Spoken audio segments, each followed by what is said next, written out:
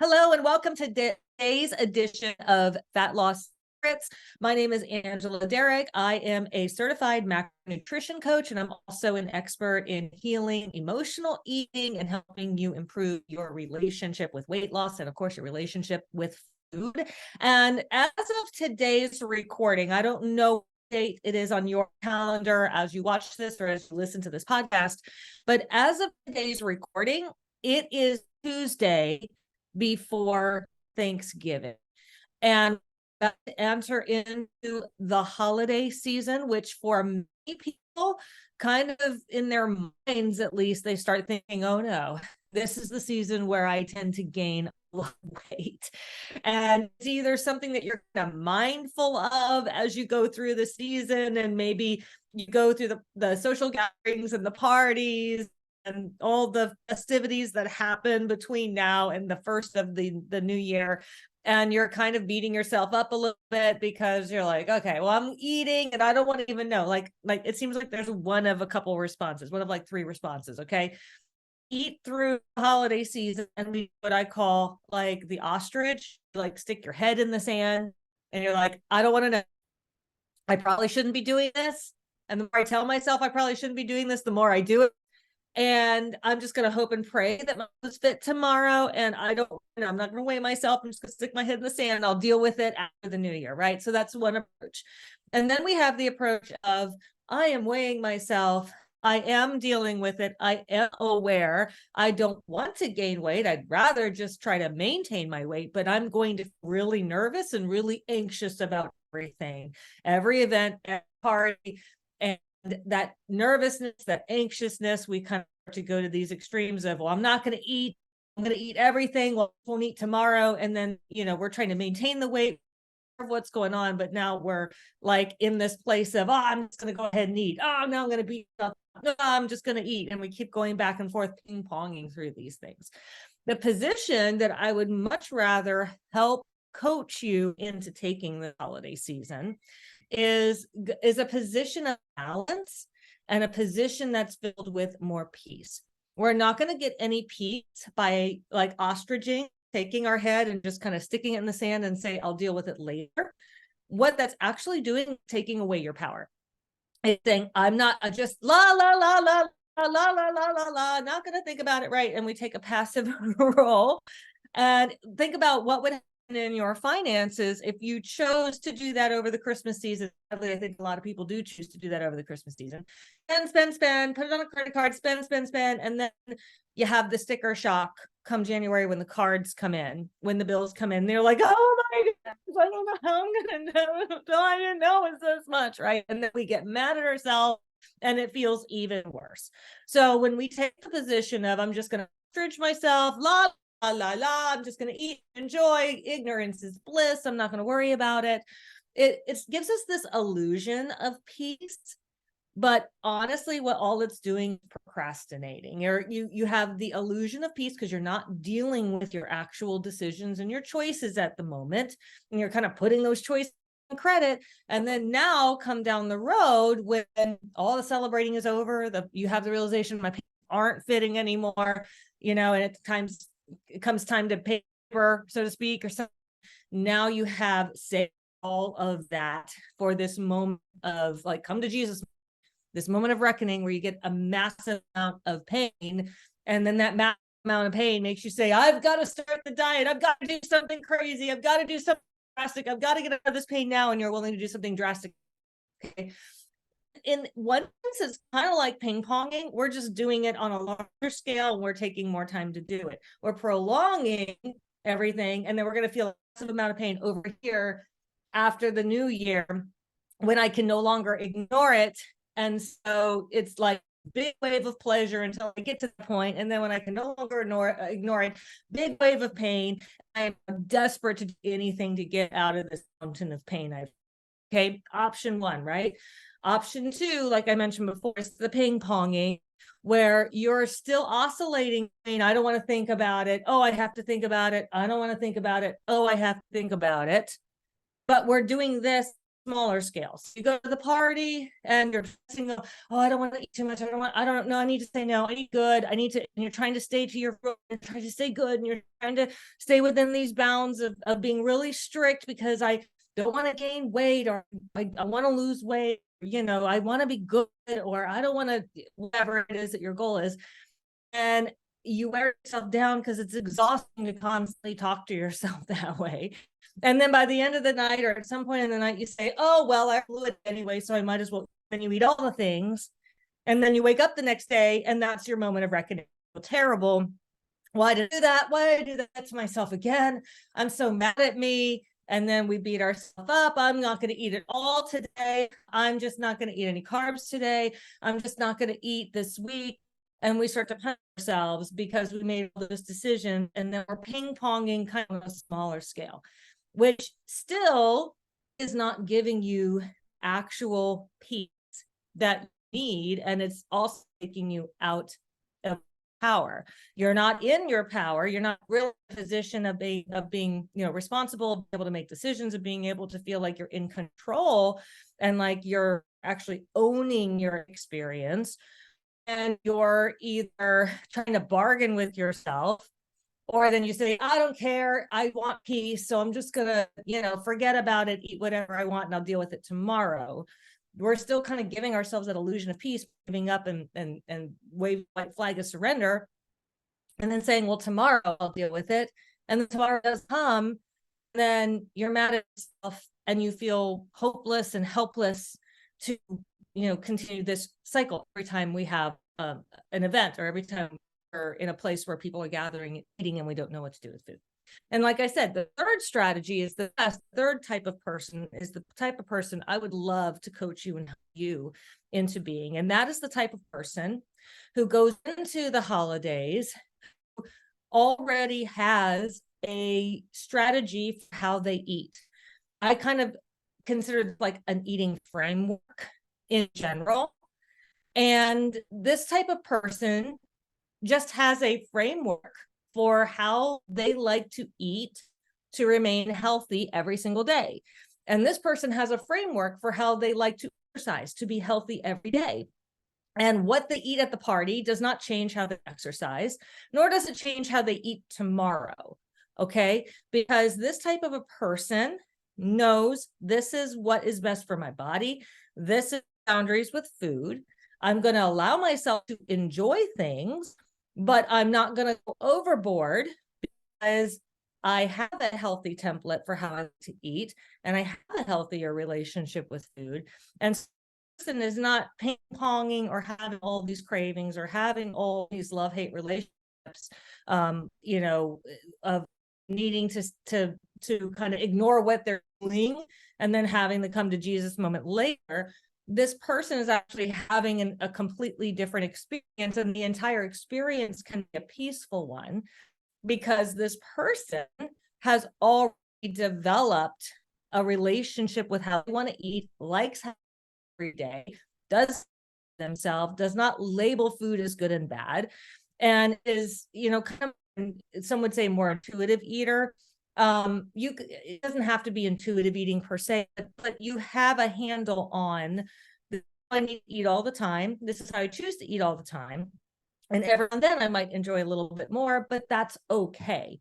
And they realize it's not going to cost me, huge. It might, the scale might go up a pound or two after I eat a really big meal, come back down. It's no big deal. I know how to maintain weight, or I know what I need to do in order to lose a few extra pounds if I need to. But because they have their habits and they have their framework for eating in place every single day, really not deviating a whole lot from when they go into all of these parties and in the holidays, there's a lot more peace. There's a lot less overeating. And that is the place that I would love to encourage you to be curious about and even start practicing in some way, shape, or form over the holidays. Because a lot of times what I hear people say when we're holidays, number one, most people don't have a framework for eating. We tend to think that some normal eating is what everybody else does. Usually what normal eating is I eat when I'm hungry and I eat what I feel like. And I just, go through life figuring out in the moment when am I hungry and what do I feel like eating. And then the body's just natural hunger or natural cravings or I feel like eating today is kind of the idea of this is what normal eating is. And this is how everybody else goes through life, but not me because my body is broken. And for some reason, I can't lose weight or I tend to pack everything on as fat. I want to just take a second to say that I disagree with that idea that this is what normal eating looks like. I believe you need to have a framework for eating all the time that does not get dictated by whatever I feel like in the moment. That's how a toddler makes decisions. And unfortunately, when you're old as I am, 42, we can't make decisions for life based upon how a toddler makes decisions. I have a soon to be 7-year-old. Okay. She's not a toddler anymore, but she's still 6. So she's a year removed from motherhood. She spends money when she sees something shiny and it seems like it would be a good idea at the time. But she doesn't save for bigger purchases. And she's always thinking about what do I want right in this moment. That's a childish way of managing things. And when it comes to food, when it comes to calories, when it comes to weight, we have to take the position of I am a manager of my body. I'm the only person who can make decisions for my physical body. Nobody can eat for me. Nobody can make decisions to exercise for me. I wish to eat for some of my clients. I had it come up every now and then where I'm like looking at their check-in sheets and I'm like, I want you to eat more, and it's tough for them to eat, and they need to do that in order to develop that healthy relationship with food. And it's like the only thing I do for you is eat for you. I wish I could eat for you, eat the food for you, and help you get the results, but I can't do that. That would be an amazing business if somebody could actually do that. But I can't, right? You're the only person who can make the decision to eat things for you, who can make the decision to take yourself to the gym, the decision to walk and exercise you. So therefore, you are the only qualified person to manage your body health and well-being and wellness. And in order to manage this thing called our body, our physical bodies, we need to be able to provide it with certain substances, eat and drink. It needs water. It needs certain amounts of nutrients. It needs a certain amount of movement. And just like if you were to get a manual for your car, it would say it needs a certain type of gas, it needs a certain type of maintenance for the oil, 3,000 miles or whatever it is. It is a special type of, I don't know, certain maintenance. Certain maintenances have to be done, certain times. A tire patient, it needs a certain type of tire that you need to be putting on it every now and then. There's certain things to do just to maintain the car, certain things we have to do just to keep it safe for you to be able to drive. This comes with the territory of owning a car. Well, you were born with one thing to have to manage in life, and that's your body.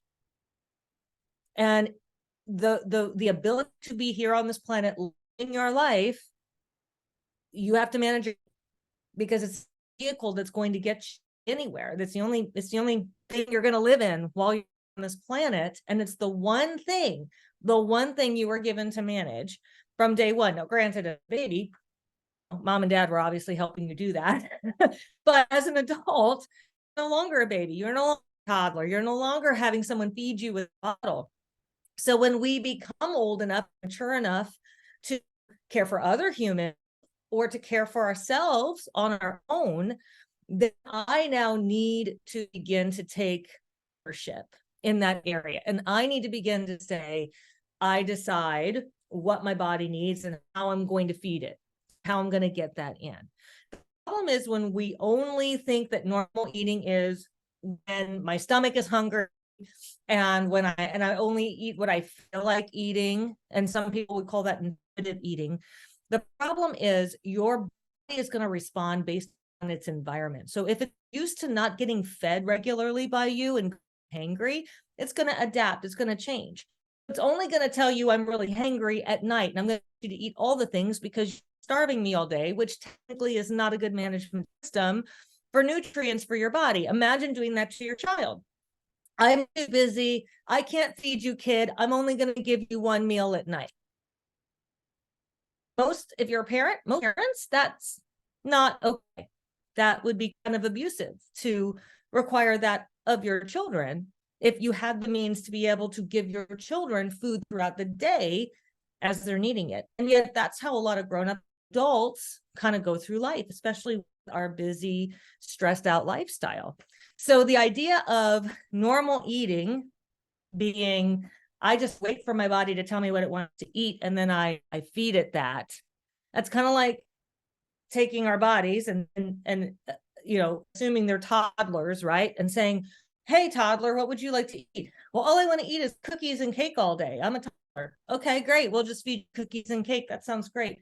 That's not taking leadership over your body. If you had a child that was like, I just want mac and cheese and cake and that's it, just feed mac and cheese and cake, you'd be like, no, you need to eat some vegetables too. You're not old enough to realize that that's not a good decision.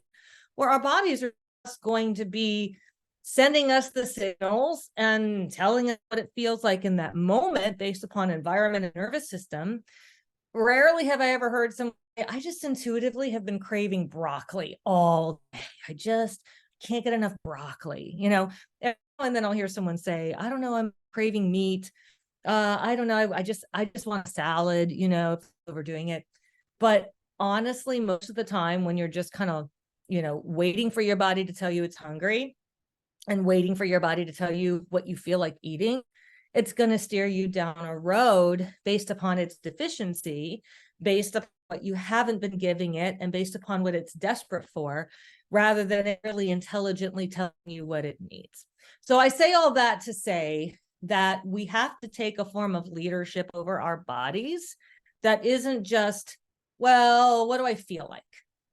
Because over time, what do I feel like is going to kind of keep leading you to a place that's further and further removed from what actual health and care of your body is.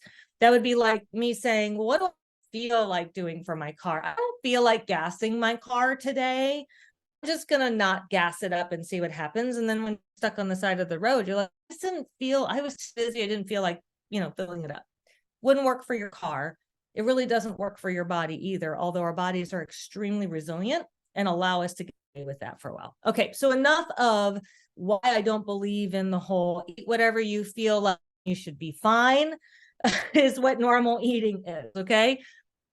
To me, normal eating is a structure that I create based upon my lifestyle and based upon the requirements of my body, for my goals, for what does best for it, for the way I want to work out, for my goals and my lifestyle is. So I personally love to go to the gym.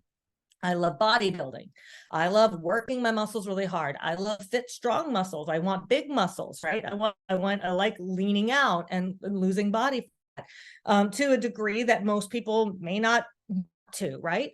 So in order for me to properly feed myself, no, I'm going to go to the gym for an hour and a half and work out really, really hard. Me just saying whatever it feels like is not going to help it rebuild itself after a workout like that. So where I define normal eating is we kind of take a look and we say, okay, are you getting enough protein? Are you getting enough carbs? Are you getting enough fat for what your body needs to sustain itself every single day? And are we eating at regular intervals? And are we eating enough? And then when I can take a look at what does my body need in the course of the day in order to be happy and fully fueled, now I can divide that up and break that up according to my lifestyle and figure out when am I going to get regular meals and what are those meals going to comprise of so that it can be happy. So if you were to ask me, what does normal eating look like? For me, it looks like I eat about 4 or 5 times a day. It looks like I'm always eating protein at every single meal. And it looks like a fairly low fat, high carb diet to be able to sustain what I do. So a normal eating structure for me is breakfast and a snack and then a quality lunch, lean protein, high quality foods for all those things, maybe a protein shake or snack in the midday, and then a really healthy dinner. And I do that every single day. In fact, my template for how I like to eat and what normal eating looks like for me came out of when I was an bodybuilder and having to eat like 7 times a day and constantly eating chicken and egg whites and things like that. Well, some of those structures I kept into place, and I've created what my framework is for eating out of it because of what I need, how I feel best, and what my body's requirements are. So what I'm saying is this framework for eating is not necessarily a one size fits all, but it is something that you need to at some point develop a framework and a structure for what healthy eating actually is and looks like for you. It may not look like what mine is, but there may be some similarities, and it may not look like your neighbor, maybe some similarities. And just because you know somebody who's skinny, who seems to be able to eat whatever they want whenever they want to eat, right? That doesn't necessarily mean that that is the way to eat, or that that is the best framework for you and for your body. So this is kind of a long explanation to say that when we go into a place like the holiday season, what is most helpful for us to not constantly ping-ponging or freaking out or obsessing over food is to first establish that what is normal eating? What does healthy eating look like for me and my body? How do I know when I'm doing it? Where are my boundaries? Where are my guardrails? How do I know that I'm hitting the mark for giving my body healthy food? Healthy eating is not always diet and always restricting. It's not. Like I said, healthy eating is I know I need carbs, I need protein, and I need fat in my diet in certain proportions every single day for me to be eating healthy and feel my best. Sometimes those carbs are going to come in the form of cake. I will be 100% honest. My daughter had a birthday party this last weekend. On Thursday, heading into Thanksgiving, there'll be a lot of sugar at the table too. And guess what? I'm going to allow myself to have, I had cake this morning. Okay. I went to the gym. I worked really hard. And when I went home, I was like, I need carbs. I could have a banana or cake. Right now, I'm going to choose cake. I had a protein shake and I had a piece of cake. And I'm not sorry about that.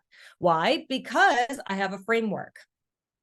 And because I have a framework, I know where my boundaries are, and I can be flexible, move things in and out of that framework. And I can feel good about all my food choices because I have a framework that helps me know when I'm in bounds, when I'm out of bounds, and how to manage these choices and how to manage my body successfully.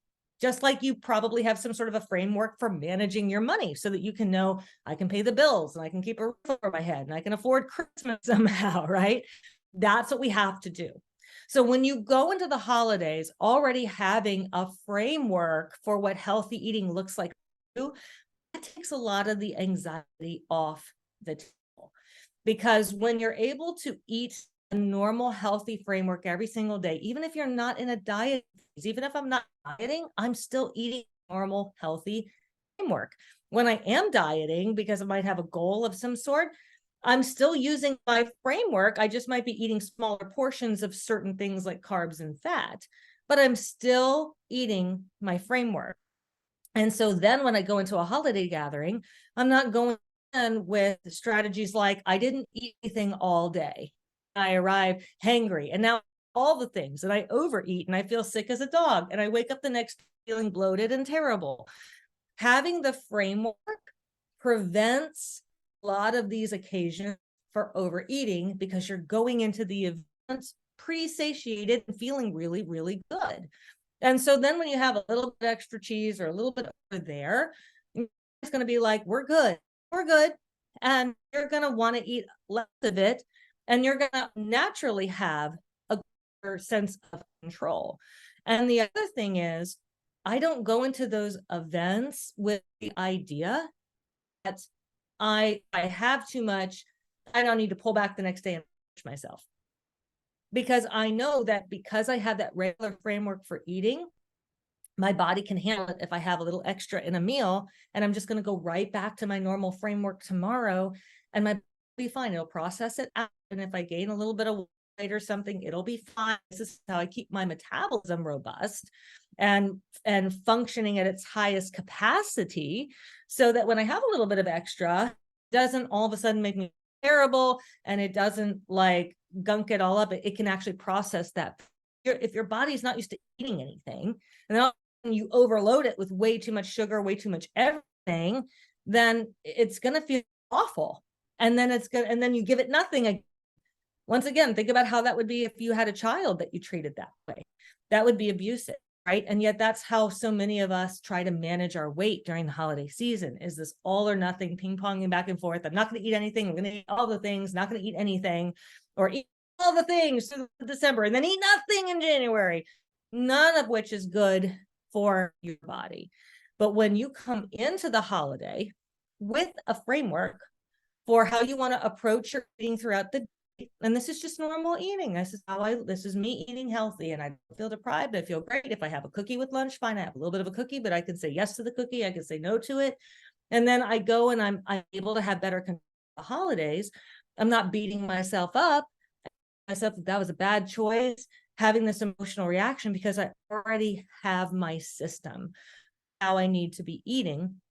And these extra little events are just, okay, well, how do I want it for that event? And sometimes you might even go to an event and be like, I'm good from what I ate throughout the day. Cookies look delicious, but I just don't feel like having one. And that's where, you can make those decisions for yourself in the moment and be a little bit spontaneous. But it all comes back to having that framework. When you have habits and behaviors in place and you're able to execute those habits and behaviors, because this is just me being healthy, going to the gym, and I work out 6 days a week because I like it. That's just me. That's what I like to do. And so I don't have to over exercise because I ate a big meal. I just know that, my workout tomorrow is going to be super fueled and I'll really be able to use all the extra calories to lift some heavier weights. That'll be great, right? We go in already having that habit down and already creating that framework for ourselves. Now it takes a lot of that stress and that pull and that all or nothing mentality off the table when we're going into some of these special occasions. And it makes our body know what to expect, better able to handle what's coming its way, because it's not constantly getting a lot of food and then no food and a lot of food and then no food. So we keep our metabolism functioning at a higher pace because it's constantly getting its needs met. And then when we go into January, because we've been managing each occasion and we've been systematically staying within our framework, which is kind of like staying within a budget throughout the year, right? Come January, we don't have all this weight that we've gained because we've been busy like binging and then starving, overeating, or just eating whatever and not paying attention, right? Like the big credit card bill. No, we've been staying in our power, making decisions, not being deprived, but choosing to manage ourselves and to lead ourselves with food. And then in January, we're not looking at, I need to lose 20 pounds. We're not looking at that come to Jesus moment of freaking out and not knowing what to do. How am I going to get all this weight off? Oh my gosh, I regret this, right? We're coming in from a much better place. And this ideally is the way to handle the holiday season. Now, maybe you're kind of listening to this and you're like, I don't have a framework for food. Like, I'm not even coming into this with a framework for food. It doesn't mean that you can't start somewhere, right? Framework doesn't have to be macro tracking. A framework doesn't have to be calorie counting. It could simply be, I am going to eat a breakfast that includes protein and carbs, a lunch that includes quality protein and carbs, and then I'm either going to use dinner to be the social event, or I'm going to eat, a sensible dinner with vegetable at night. It could be, the framework doesn't have to be super detailed. You can start today with beginning to manage yourself and begin to manage those decisions and give yourself a framework that works for you. One of my clients, we just started with a simple framework of, you need to eat lunch. You need to eat a quality lunch that makes you feel satiated, that makes you feel like I'm a good, healthy food choice, right? Because the habit was, don't eat lunch, and then go crazy at dinner, right? So it could be as simple as at the holiday season to help me learn to manage my food better and to give myself a framework so that my body can know what to depend upon. Maybe it's just as simple as, I'm going to make sure I'm proactive about eating lunch every single day, or I'm proactive about eating breakfast and lunch. And then we'll take dinner. We'll kind of see from day to day what needs are for dinner and give yourself a little bit of flexibility there. It's not about what it looks like as much as it's about the consistency, because your body is going to thrive, do the best with consistency. And if you can give your body a lot of consistency every single day, even on weekends, and create a framework that is something that you can do day out, your body will respond best to that. So if you overdo it one meal, it's not going to have the same response. And if you pull back a little bit in January, you don't have to pull back as far. You can just pull back a little bit and it'll respond better. The key is being able to manage and stay consistent with a certain habit structure with food, making sure that you lovingly are giving your body the majority of what it needs. And then you can kind of take each social event on a case-by-case basis without feeling bad, without beating yourself up, without having to shame yourself because you want to eat a little bit extra, because I've taken care of my body today. I fed it, exercised it. I'm going to have a little bit more, but that's okay. Tomorrow I'm going to go right back to those quality habits, and it'll be fine. It'll be able to handle it. The problem with the weight gain in the holidays honestly happens because people aren't managing at all. They're in way, shape, or form, they're putting their head in the sand and they're not managing it. They're like, la, la, la, la, la, until tomorrow or until January. And then at some point, they can't ignore it anymore.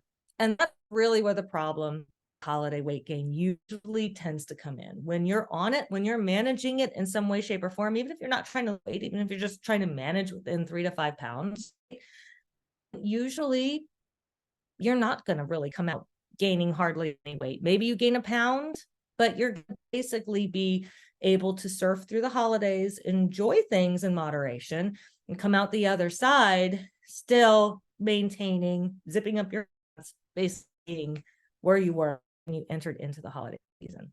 I actually have a free guide. It's called my holiday fat loss guide that I've made available that talks more of these strategies, frameworks for eating, how to handle gatherings, how to handle travel, how to handle eating at somebody else's house, because that's a whole nother ball game, right? When you don't have control of the food, how to handle emotional triggers that we face over the holiday season. Maybe it's sadness. Maybe it's like you eat because you feel sentimental and nostalgia, or maybe it's stress, right? We talk about all of those things in my free holiday fat loss guide. So if that's something that you think would be beneficial, you can download completely free. Just check out the comments along with the show notes, and I've got a link that I'm posting there where you can download it totally free. That can also give you some more insights into how you can stay in control and in charge with your eating this holiday season so you don't gain a ton of weight. I hope this was helpful for you. I always welcome feedback. I always welcome your questions and comments. You're welcome to email me, Angela, fitwithangela.com, or you can always follow me on social media. I'm on Instagram, getfitwith_Angela. You can find her.